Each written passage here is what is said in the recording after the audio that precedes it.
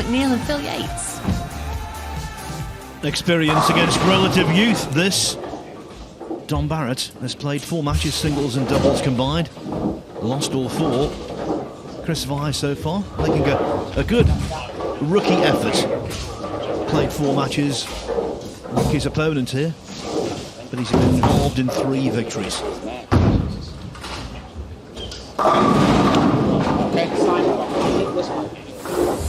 We should have a really good match here, Phil. I think we got 2 guys who are comfortable in this part of the lane. They have both enough rhetoric to play this part of the lane very effectively. However, the edge is going to be slightly in Chris Vye's favor, simply because as a two-hander, he does not use his thumb in the ball. He's able to impart more revolutions on the ball and make that ball hit a little harder. So we will see, though, in 10 short frames.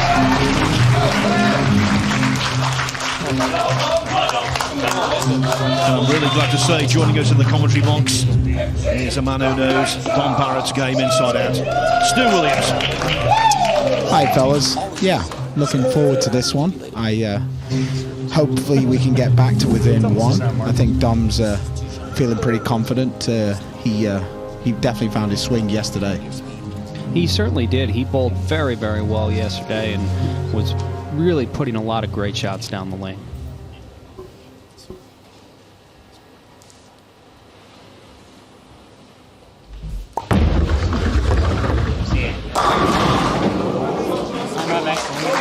I'm not so sure we're going to see as many strikes this match as we did the last match. Neither player in the practice really looked like they had, unbeatable ball reaction. They were both both fishing around a little bit, I think. Stu, any insight on Dom where he's standing or the line he's electing to take here? Maybe using more of the drive and not trying to play hold? No, I think Dom's always been trying to play the hook with the balls he has and with what he sees. He thinks that goes through the pins better for him. So that's kind of the way it's been.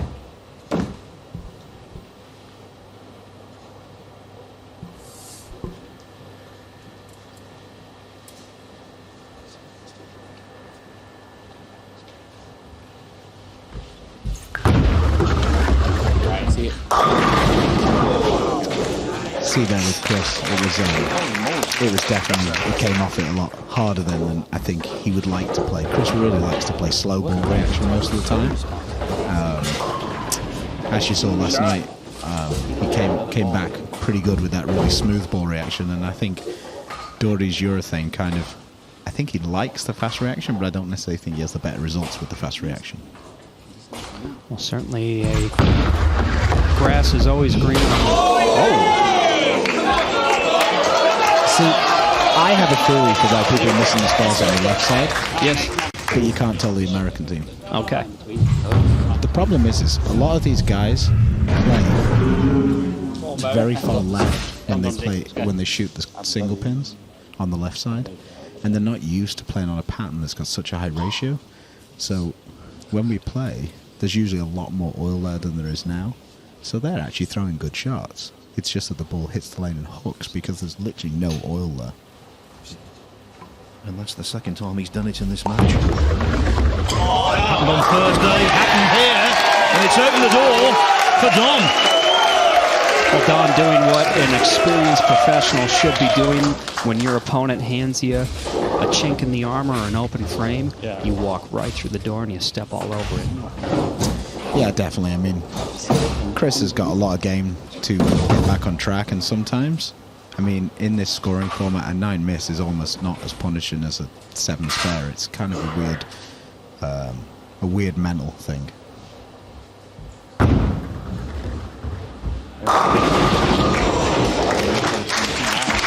But I'd like to see Dom get another strike here, get that, couple of strikes ahead early in the match, and I think we could hopefully put this one away a little earlier and, take this sort of mini session, as you want to call it. This, if we can keep winning these mini sessions 2-1, we'll get back into it. Well, Chris tested again with another single pin spare. say, I don't think you'll see the right-handers struggling as much with the 10-pin in the same way because they're going across the oil. But on the left side, they're so used to shooting it straight up the lane that the ball literally hits their mark and then it just picks up and it's gone. And I just think they haven't adjusted to it at all. I mean, I've moved several boards right to shoot those spares because of that. Dom taking a re-rack here. Stu, you bowled a lot with Dom. When he takes a re-rack, is it usually he doesn't like something, or is he just trying to gather some more time to collect his thoughts? I think in this, there's no shot clock, so he doesn't really have to take it. If he wants to take as long as he wants, he can. So I think he probably just didn't like the rack. I think the key for Dom's success, to be honest, is that once he gets set, he just goes. Once he starts spending too much time, once he sets up and he spends too much time there, only bad things happen. When Dom was one of the best bowlers in the world, you know, really at the top of his game, he would spend quite a while at the fan. He'd get on the approach and then he'd go. And that's what we were really talking about yesterday, and I was saying he was getting too bogged down. Let's see if Chris Vi can figure something out to get that ball in the 1-3 and to get 10 on the first attempt.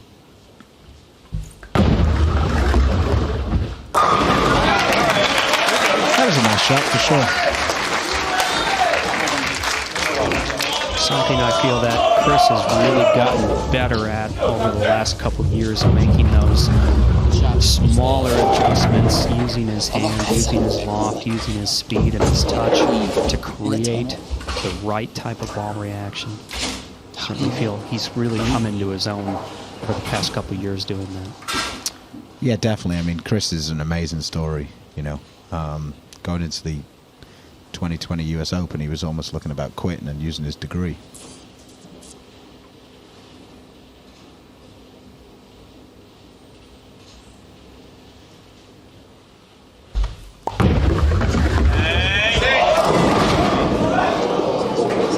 I think Dom's a little fast with that one, a little aggressive. I think he'll make a correction off that. I don't necessarily think that was a miss. I think that Dom was trying to stay in the same place and not continue to chase it.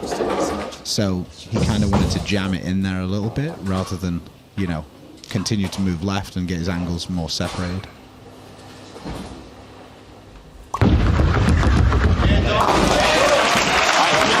That's a good point, Stu. Now, when we talk about chasing it, generally, that's kind of a slang term we use on the tour, but what do you mean by chasing? Well, just like chasing the oil line, so continuing to move left to get away from the hook in the front. Well, the problem for us is we're bowling against two-handers, so they're always going to be left of us. So it's kind of a fine line between moving left and then moving into this part that they started and that they move away from. So a lot of the time, if you can kind of not move as much and kind of use your hand to stay in the same spot, it's a little safer, so to speak. I think it's worth remembering that in the final singles last night, Chris Vi trailed Thomas Larson after 4 frames and came good in the end. This match is far, far, far from over. Yeah, definitely. I mean, Chris is a proven champion now. He's been playing great the whole time, and you know, Dom's definitely got to bring his best game to take Chris down.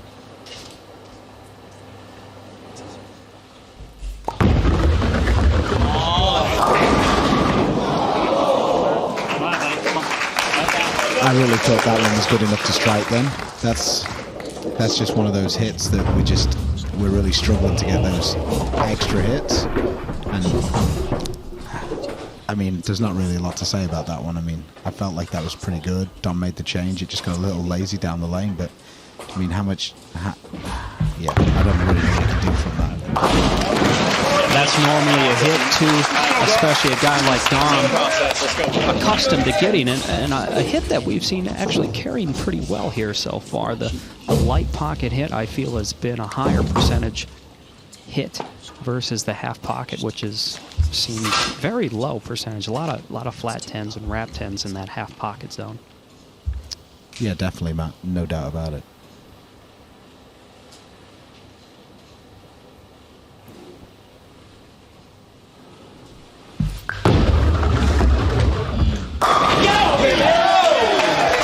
strike to take the lead at the midway point. This is very similar to the last match. That wasn't a good shot. Chris hated that shot off his hand, but he managed to get a strike out of it. Doherty had the one in the ninth, I think it was the 9th frame, where he missed several boards inside and it laid. And that guy's technique just creates so much more area than we're able to create. And that's really the story of bowling right now, not just the Weber Cup.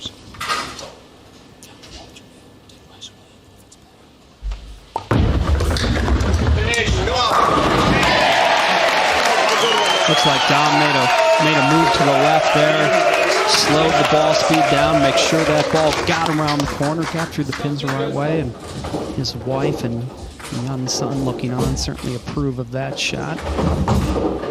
Yeah, that was a great shot by Dom. He definitely decided that he wasn't going to leave anything on the table with that one, get his hand more underneath and around the ball. Great shot.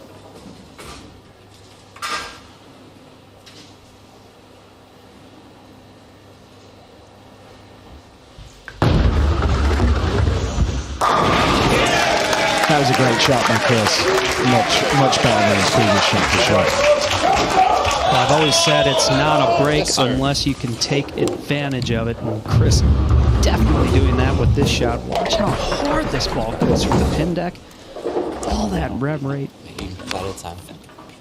That's the one thing with this. You don't really need a good shot for a good break to count, though, because if you get a good break, you get a strike instead of a 9. It's there. There's no additional needed.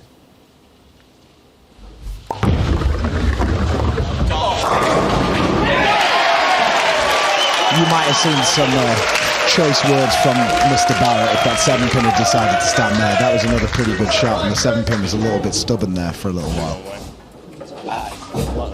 Well, the 5 getting sent over to the left side of the deck by the ball, just inching into the 7-pin, just enough to get Dom a strike on the board and keep the Europeans in this match through 7 frames, but Chris has a chance to bring it up by 1.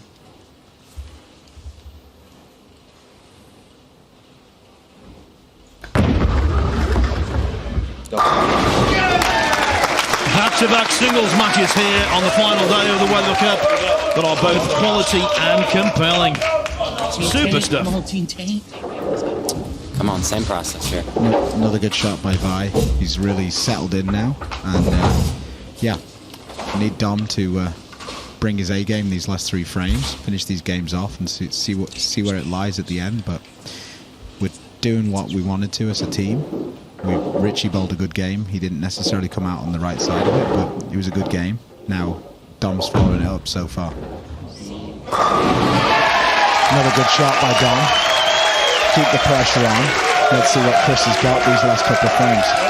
Well, Dom put the stuff on that one. You could see his hand at the bottom at that release point. He caught it all. He wanted to make sure that ball got flush in the 1-3 pocket, and it did. Yeah, and like I say, let's see what Chris has got. He hasn't really had that many shots under pressure this tournament so far. So let's see how this transpires.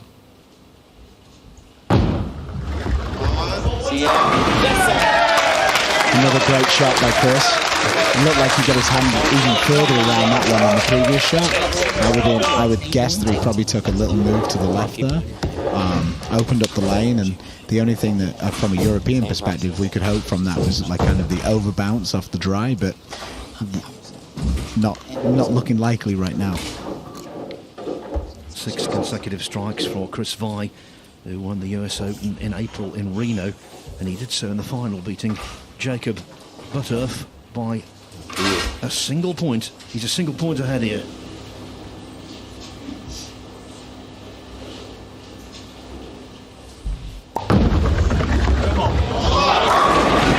Great shot by Dom. Really looked like he got that one on the lane. Used a little bit more speed. Did what we were saying earlier. Didn't really want to move off his spot. And yeah, that was a no-doubter. This looks like this is going down to these last 3 shots. I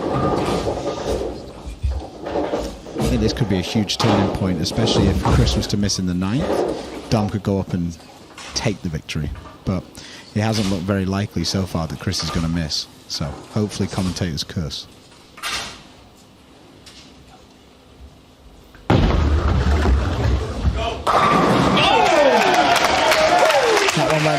say a little high, but high flush, not high. I suppose, Stu, from your perspective, it was commentator's curse in a different way.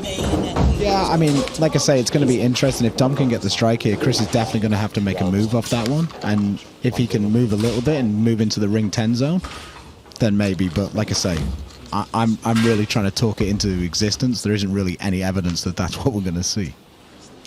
Well, scoreboard tells his story here. If Dom can put a strike up for the Europeans, it's 267. That would force Chris Vi to strike to win. Anything less than that, it would be a point for the Europeans. So a big shot here for Dom.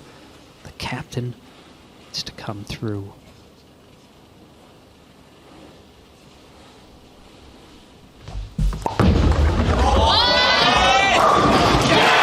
There we go. Not yet. Not yet, says Dom.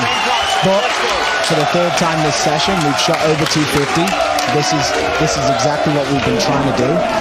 And let's see if Chris can step up like Tom did in the last match and take the victory. But all you Europeans, start doing your dances. We need a 9 here. Quite simply the biggest moment of the World Cup thus far.